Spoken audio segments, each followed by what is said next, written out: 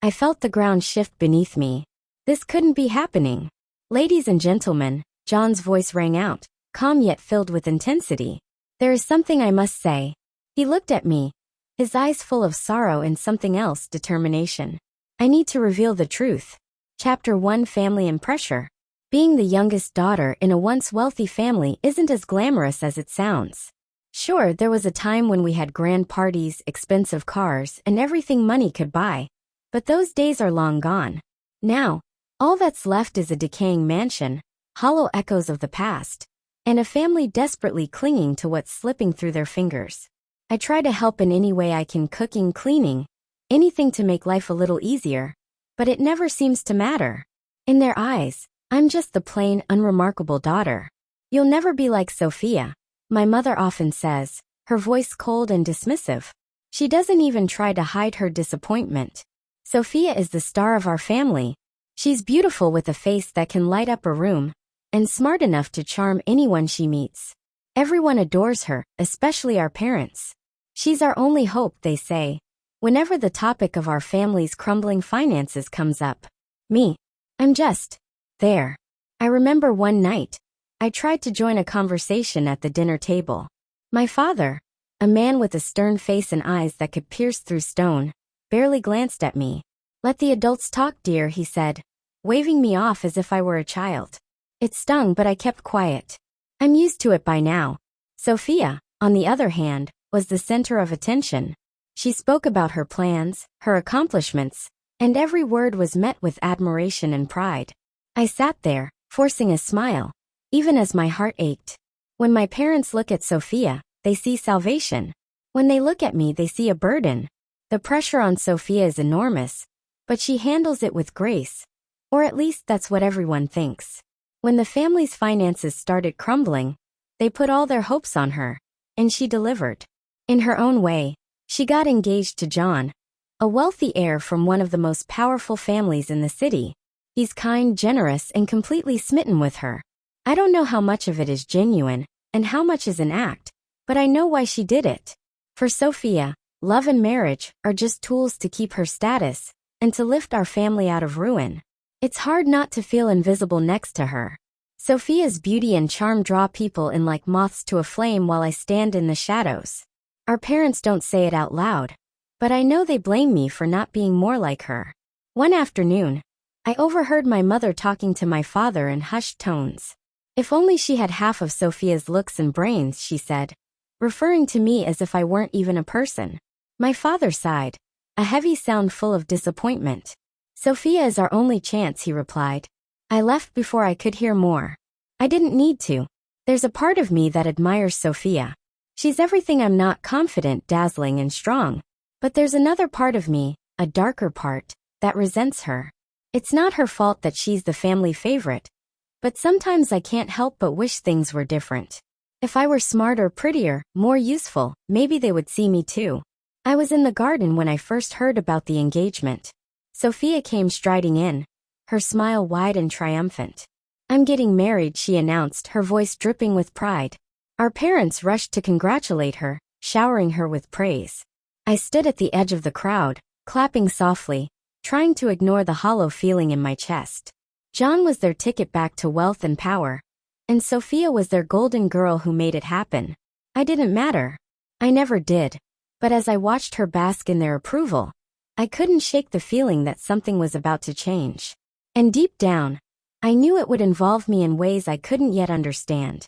Chapter 2: The Accident, and the unmasking. The news hit like a punch to the gut. One minute, everything was fine, and the next, our world was flipped upside down. John had been in a car accident. I remember standing in the hallway when the phone rang. My mother answered, her face going pale as she listened. "No, it can't be," she whispered, her voice trembling. Sophia and I exchanged a glance. For the first time in a long time, there was fear in her eyes. Real raw fear.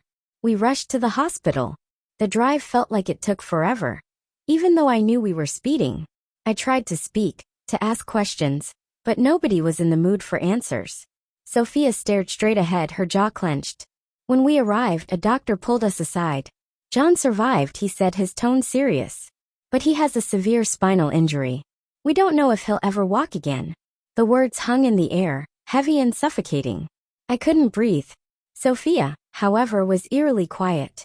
At first, I thought she was in shock. But as the days passed, it became clear that her silence was something else entirely. The first few days she tried. She'd visit John, sit by his bed, hold his hand. But her patience wore thin quickly. The longer John remained bedridden, the colder she became. One evening, I came to the hospital and saw Sophia sitting next to John, scrolling through her phone. He was trying to talk to her, his voice weak but hopeful. "Sophia, thank you for being here. I don't know what I'd do without you." She didn't even look up. "It's fine," she muttered, her eyes fixed on the screen. "You'll get better soon." But there was no warmth in her words. No love. After that, Sophia started making excuses. "I'm busy," she'd say. "Work is crazy." She'd come in, stay for 5 minutes and leave. Eventually she stopped coming altogether. I overheard her talking to our parents one night. "I can't waste my life like this," she hissed, her voice dripping with disdain. "He's a broken man. What use is he to me now?" I felt sick. How could she say that? How could she be so cruel? But nobody seemed surprised. This was Sophia, cold, calculating, selfish.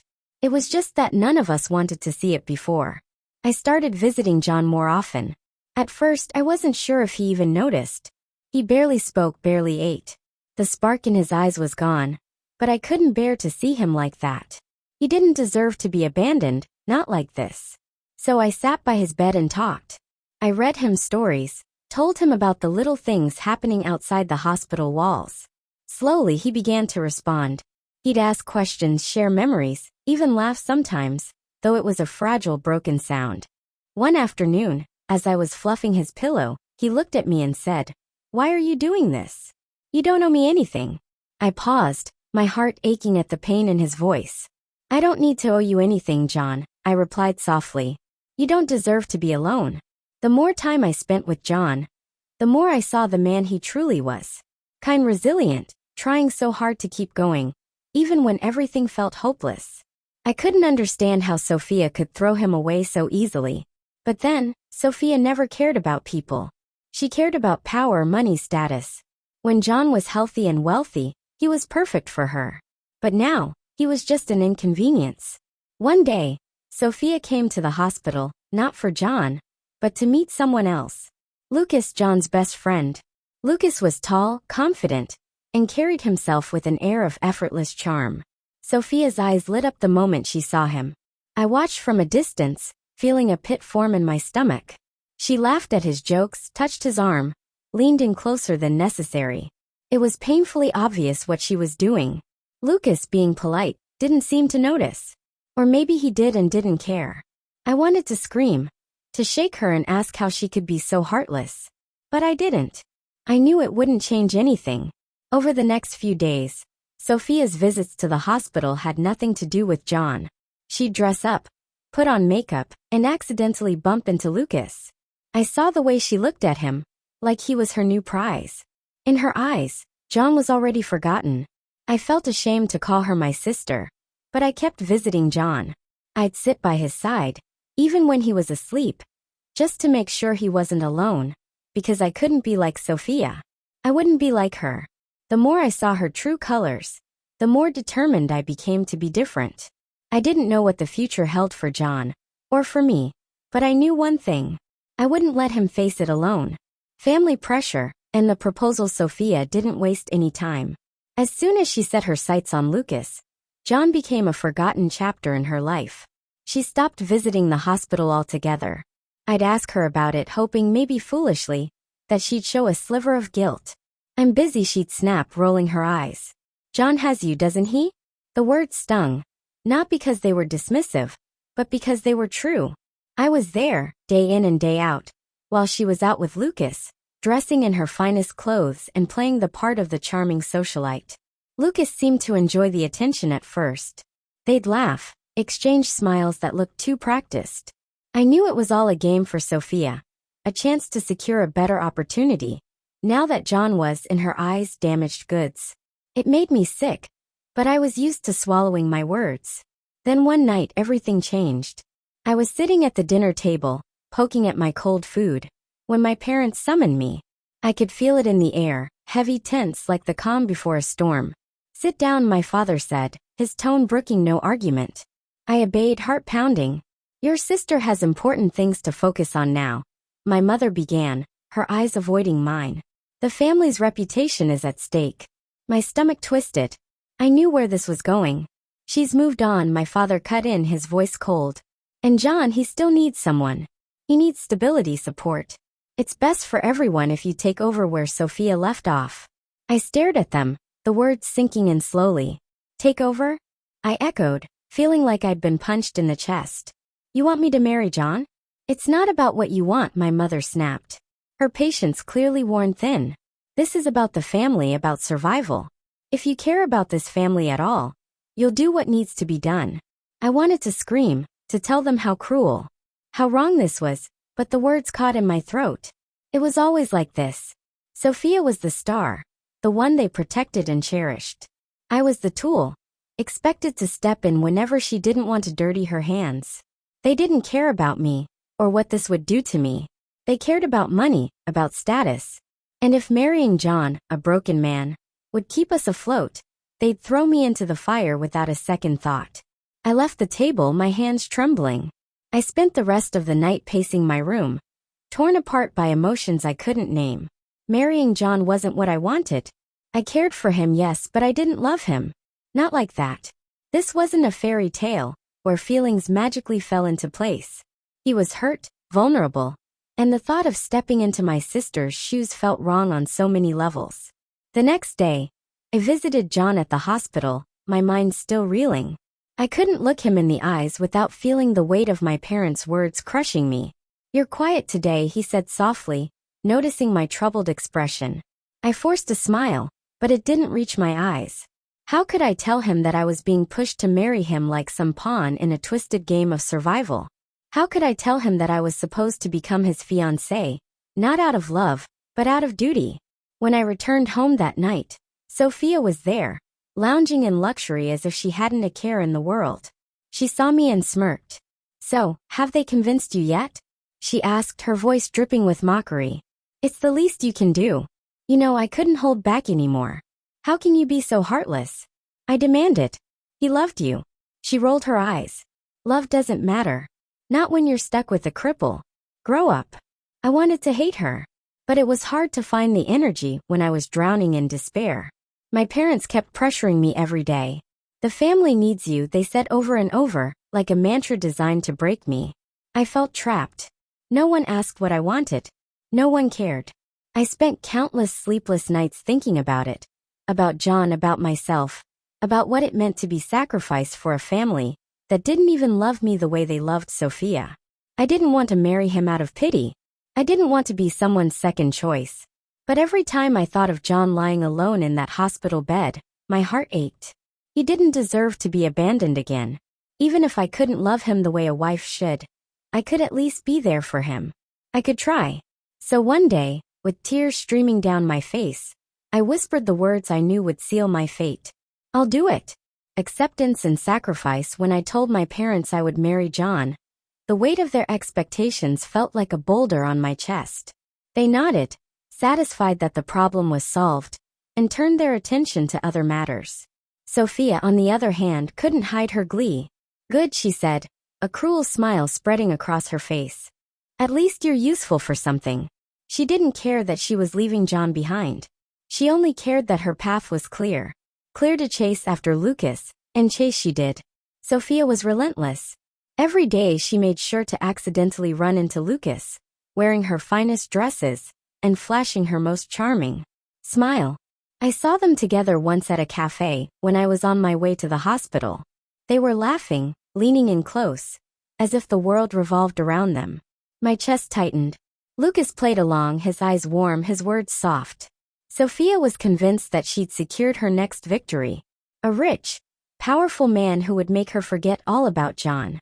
I wanted to believe she'd find happiness, but deep down I knew better.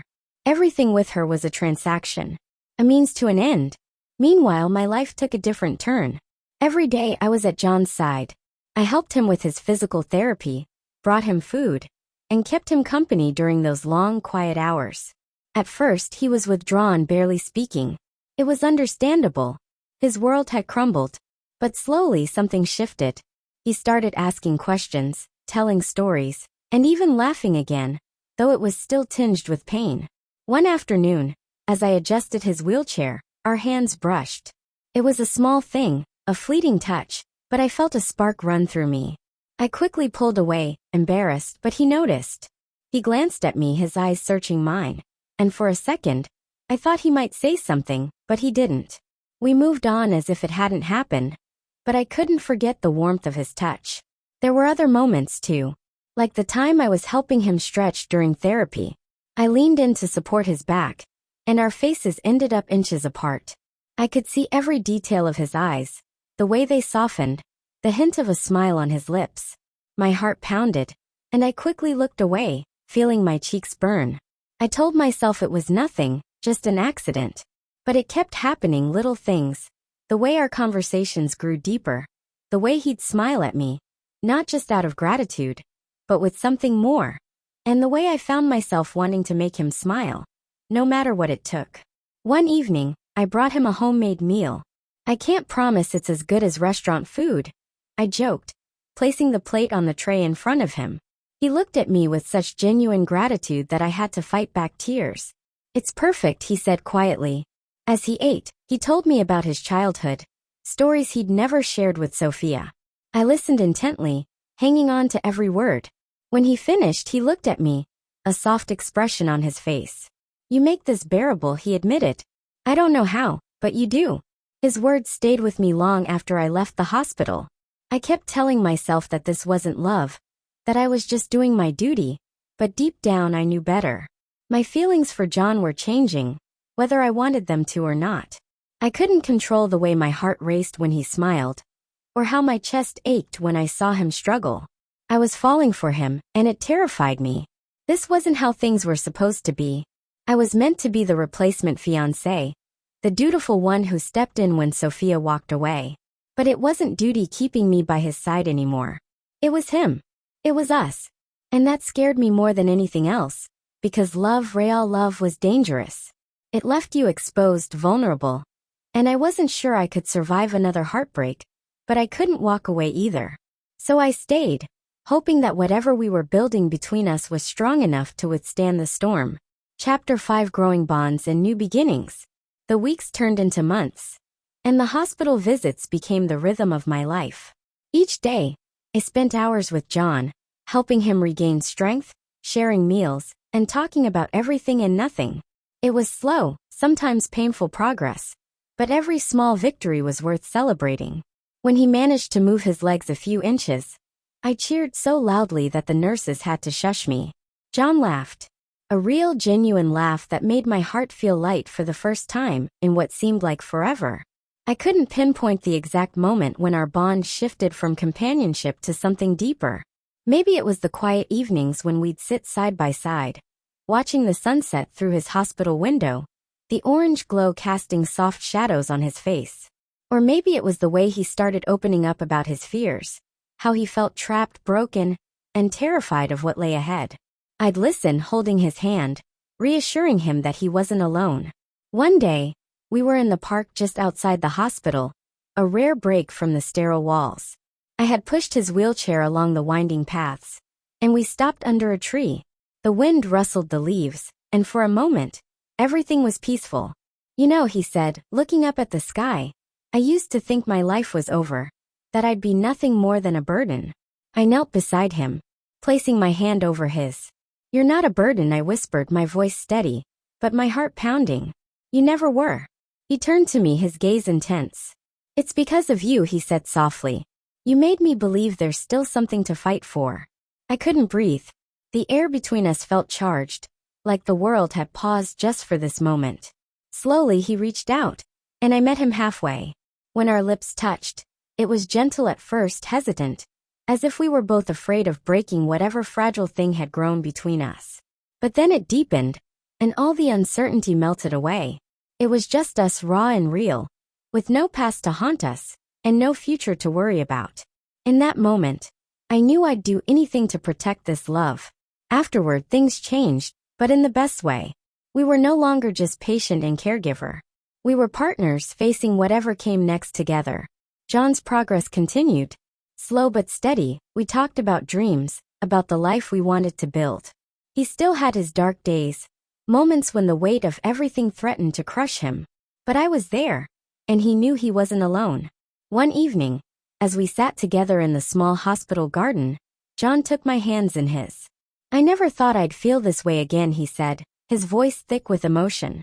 "You've given me back my hope, my life, and I don't want to face any of it without you." He slipped a simple ring onto my finger. "Will you marry me?" Tears welled up in my eyes as I nodded. "Yes," I whispered. 1,000 times yes. But life, as always, had a way of complicating things. Just as our love story was beginning, Sophia's relationship with Lucas reached a fever pitch. They were inseparable, fiery, passionate, like a flame that burned too hot. I heard whispers of their grand nights out, the way they lit up every room they entered. To everyone else, they seemed perfect together. Then came the day they announced their engagement. Sophia made a show of it, of course, dressed in an extravagant gown, sparkling with jewels. Lucas proposed in front of a crowd, and she accepted with a laugh that was both triumphant and cruel. "We've always belonged together," she declared, casting a glance in John's direction. There was something in her eyes. Defiance, maybe, or victory. John remained calm, though I saw the tension in his jaw. "Congratulations," he said, his voice steady. "If that's what you both want, I wish you happiness." It was a clean break, no lingering bitterness, no grudges, just an end to one chapter and the start of another. But I couldn't help feeling like it wasn't the end of Sophia's scheming.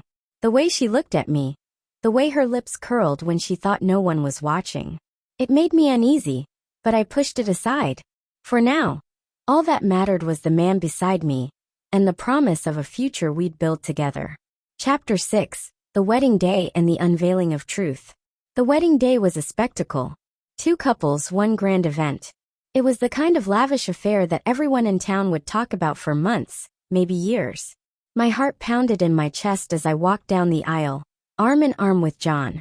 He looked at me with those steady, reassuring eyes, and for a moment, the chaos of my life felt bearable. Sophia, as expected, made a dramatic entrance with Lucas. She wore a gown that sparkled like a million stars, basking in the attention she craved. Lucas stood beside her, playing the part of the wealthy groom-to-be with practiced ease. The ceremony began. Vows were exchanged, promises spoken. I felt the weight of every word as John slipped a ring onto my finger. I loved him. I truly did. But I never expected what happened next.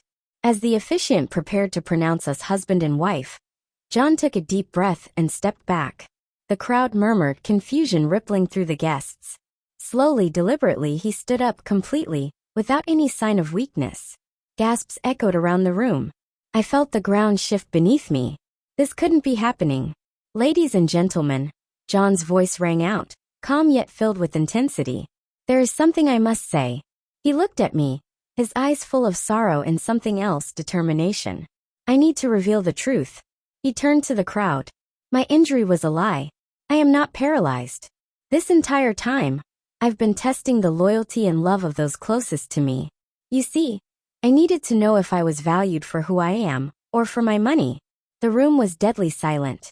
"And Sophia," he said, turning to my sister, "you failed." Sophia's face went pale. Her hands clenched at her sides. What are you saying?" she demanded, her voice shaking. "This is some kind of sick joke, right?" John shook his head. "I'm afraid not."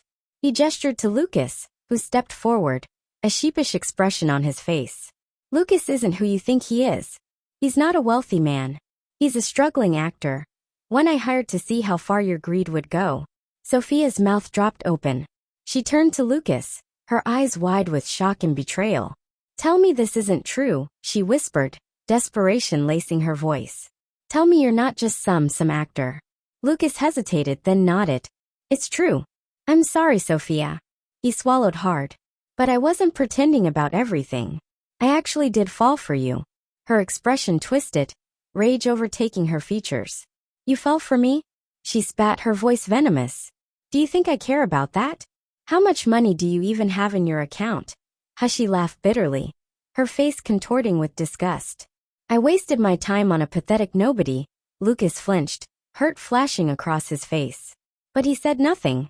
The guests watched in stunned silence, as Sophia's fury turned to humiliation. She pushed past him, stumbling slightly in her extravagant dress. "I will not stand here and be humiliated like this," she screamed, tears streaming down her face. Then she stormed out, leaving a wake of stunned murmurs behind her. I wanted to feel pity for her, but I couldn't. Not after everything. The room was still reeling when John turned to me. He took my hands, his grip warm and steady. "I'm sorry for all the lies," he said softly. "But the one thing I've never lied about is how I feel about you. You've shown me what true loyalty and love are. Thank you for staying by my side when I didn't deserve it."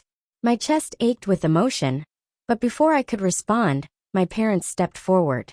My mother's eyes were cold, her mouth set in a thin line. "You," she hissed, pointing a trembling finger at me. "You've ruined everything.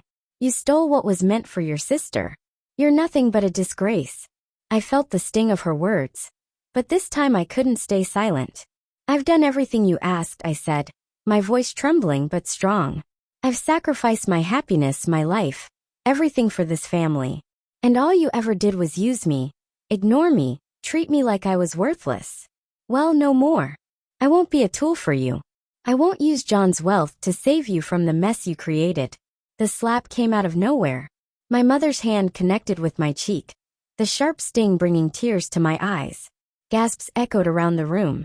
John stepped in front of me instantly, shielding me from her. "That's enough," he said, his voice deadly calm. "You will not touch her again."